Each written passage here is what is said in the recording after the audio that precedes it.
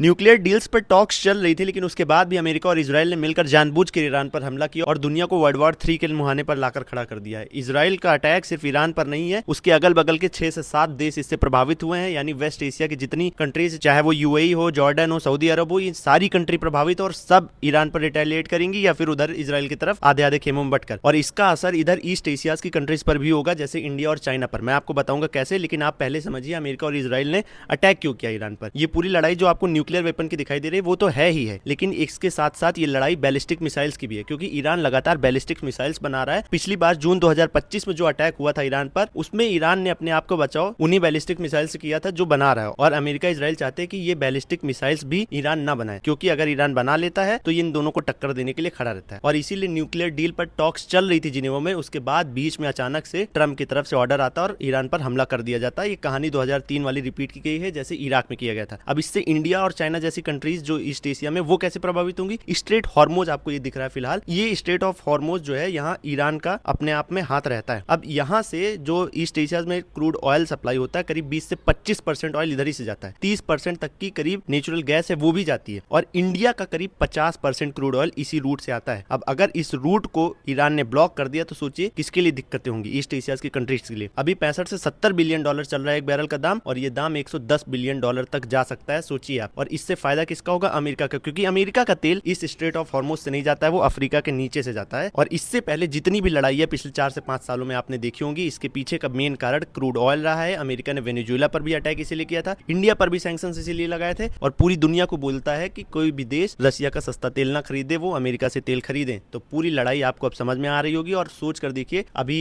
Iran पर attack हुआ, पाकिस्तान अफगानिस्तान का युद्ध चल रहा है, इंडिया और पाकिस्तान का भी बीच में हो चुका है। अब क्रूड ऑयल का जब दाम बढ़ेगा तो लोग प्रेशर बनाएंगे अमेरिका पर, फिर देश दो खेमों में बटेंगे। और वर्ल्ड वॉर कैसे हुआ था, ऐसे ही तो हुआ था। और वर्ल्ड वॉर एक दिन में तो अनाउंस कर नहीं दिया जाता, ये धीरे धीरे चला जाता है। आगे जब इतिहास लिखा जाएगा तब याद रखिएगा यूक्रेन और रशिया का जो वॉर हुआ था, उसी से इसकी शुरुआत हो चुकी है। बाकी आपका ओपिनियन क्या है, कमेंट में बताइएगा।